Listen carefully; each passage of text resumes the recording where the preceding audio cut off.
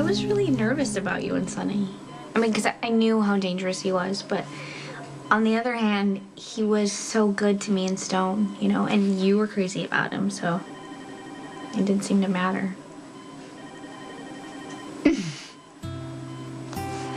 What? I went to such extreme lengths to manipulate him into asking me to move in with him.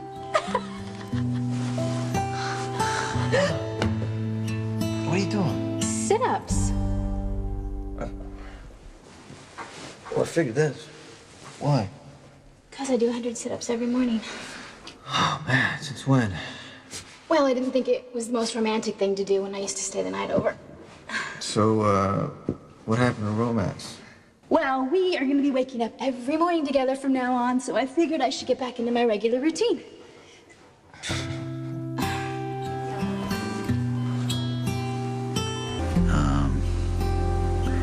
But like I said, when it was good, it was good.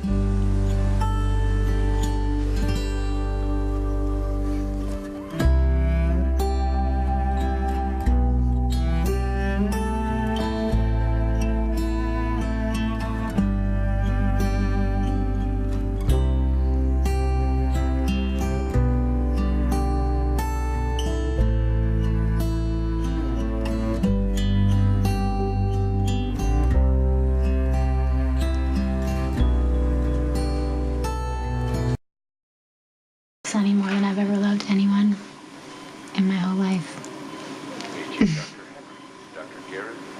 He was my whole world. It was a little more complicated for him. He was very secretive. I mean, he still is. I know. Funny, because now I understand having to keep secrets, but back then I just couldn't wrap my brain around it. Didn't matter, though. I still thought nothing would ever stop us. Do you think it was fate? Yes, I do. I did. I just felt so important when I was with him. The first time ever, just felt like I mattered. Like he was that person, you know? That person. The person who loves you forever no matter what. We just had so much fun. You and Sonny and me and Stone. I know. We did. The good times definitely outweighed the bad times. Yeah. I think that's why it's so easy for me to romanticize Stone, you know, because we didn't have time to experience the bad. Yeah. We didn't have to make any hard choices because, well, the biggest one was made for us, so all there was left to do was have fun and love each other. Do you remember our first double date when we lied to my Uncle Mac and then we went to Sonny's apartment? We were cool then. We were. We were cool then. And I started drinking, and I remember Sonny didn't say anything. And Sonny cooked, and the food was ridiculous. It was. And then he sent Stone on some errand in the middle of the night to the post office. I mean, it's so obvious now what was happening, but I was clueless back then. You guys fell for that? That was so cute, because that was his big plan for me. He always has a big plan for me. And do you remember the night that Luke's club opened? It was like everyone in Port Charles was there. Yeah, and what happened to Luke's club? Luke apparently trashed the place, and then there was a fire. And what happened to Sonny's old apartment? The building's still standing, but I don't know, I think it's gutted.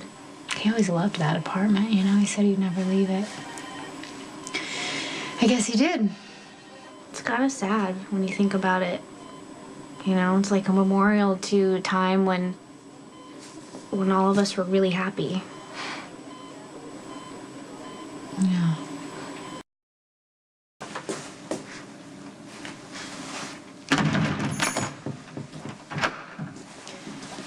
I don't really have anything to say to you right now.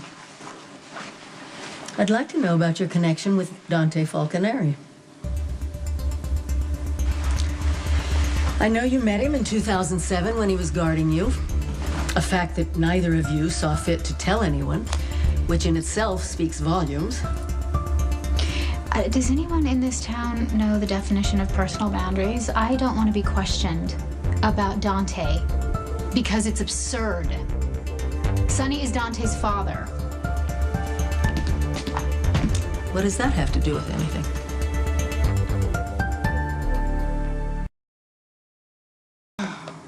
That is not my intention.